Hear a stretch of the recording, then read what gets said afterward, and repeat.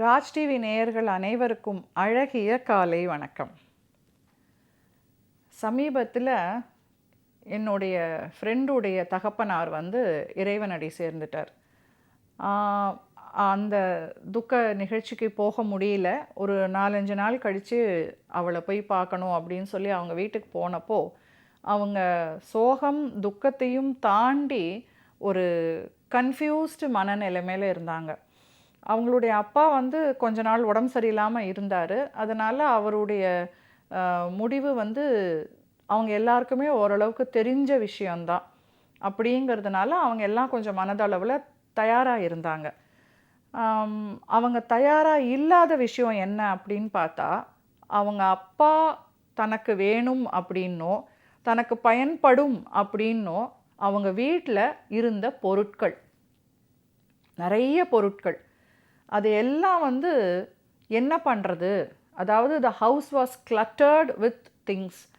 Uncle பர்சனலாக use பண்ண things அப்படிங்கிறது தாண்டி அவங்க வீட்டில் பரனில், ஷெல்ஃபில், கபோர்டில், நிறைய இடங்களில் நிறைய பொருட்கள் இருக்குது. இதெல்லாம் என்ன பண்ணுறது? இதெல்லாம் இருக்குன்னே தெரியலையே, இதெல்லாம் எப்போ வாங்கினார்னே தெரியலையே. ஓ, இதை யூஸ் பண்ணியிருப்பார், அப்புறமா அவருக்கு அது யூஸ் இல்லாமல் போயிருக்கும், அதனால் இதை வச்சிட்ருக்காரு. இப்போ இதெல்லாம் என்ன பண்ணுறது? இதெல்லாம் தூக்கி போடுறதா, இல்லை how to dispose it off? பேப்பர்காரங்கிட்ட கொடுத்தா ஒன்றுமே பிரயோஜனப்படாது, இடம் காலியாகுமே தவிர இது என்னப்பா பண்ணுறது இதெல்லாத்தையும் வச்சு தெரியலையே அப்படின்னு எவ்ரிபடி வாஸ் ஸோ கன்ஃபியூஸ்ட். இது உனக்கு தேவைப்படுமா? இது உனக்கு உபயோகமாகுமா? இதை வச்சு என்ன பண்ணுறது? இது மாதிரி இப்போ கிடைக்காது, ஆனால் இதை வச்சு என்ன பண்ணுறது அப்படின்னு இந்த பழைய கேட்ஜெட்ஸ், பழைய விஷயங்கள், அங்கிள்க்குன்னு பிடிச்ச விஷயங்கள், உபயோகமான விஷயங்கள்னு அவர் நினச்சதுன்னு அந்த இடம் பூரா, அந்த வீடு பூரா அவங்க நிறைய விஷயங்களை இது மாதிரி அவர் வச்சுருந்துருக்கிறார். இது என் ஃப்ரெண்டோட வீடுன்னு கிடையாது, நம்ம வீட்லேயே கூட நாம் டீக்ளட்டரிங் பண்ணலாம் அப்படின்னு ஒரு விஷயம் இருக்குது. பெரியவங்க அப்படின்னு நாம் ஒரு உதாரணத்துக்கு சொல்கிறேன். அந்த காலத்துலலாம் என்ன பண்ணுவாங்கன்னா, பொங்கல் சமயத்தில் வெள்ளை அடிக்கிறது, போகியல் அப்படின்னு கொண்டாடினதே அதுக்காக தான். தேவையில்லாத விஷயங்களை அவங்க உடனே தீயிலிட்டு எரிச்சிடுவாங்க. அதை ஸ்டோர் பண்ணி கண்ணுக்கு மறைவாக ஒரு விஷயம் கொண்டு போய் நம்ம வச்சிட்டோம் அப்படின்னாலே அது நம்ம நினைவில் இருக்காது, நாம் அதை மறந்துடுவோம். நாமளே அதை பண்ணுவோம், இதை வைப்பா அப்புறமா பார்த்துக்கலாம்.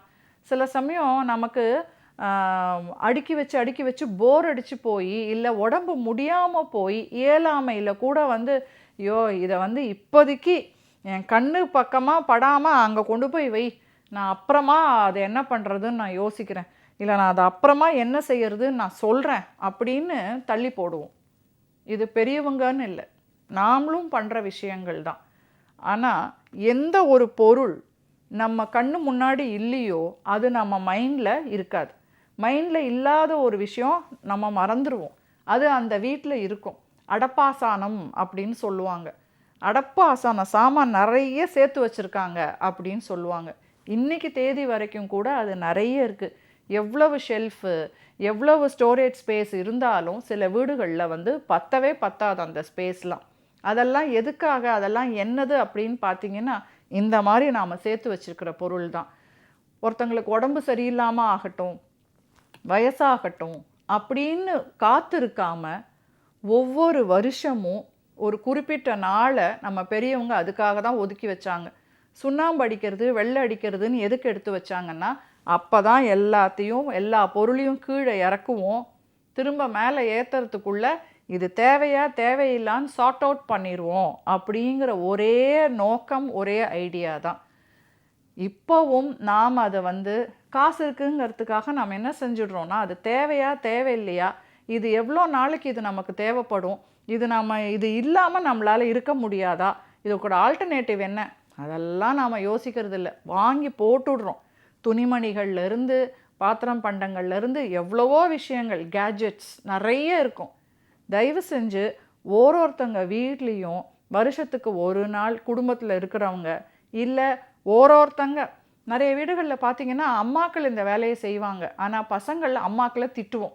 அதெல்லாம் பண்ணாமல் அம்மா கூட சேர்ந்து ஹெல்ப் பண்ணுங்க, பாட்டி தாத்தா கூட சேர்ந்து ஹெல்ப் பண்ணுங்க. நிறைய வீடுகளில் பாட்டி தாத்தா வந்து உடஞ்சி போன விஷயத்தை அப்படியே நம்ம தூக்கி ஓரமாக வச்சுருப்போம்.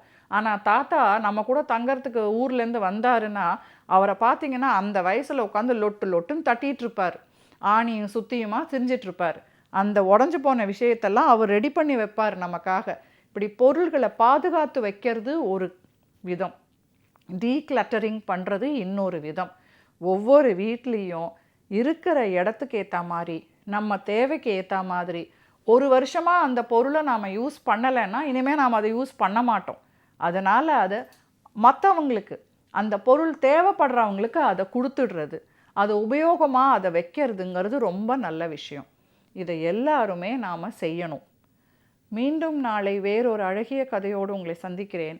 நன்றி, வணக்கம்.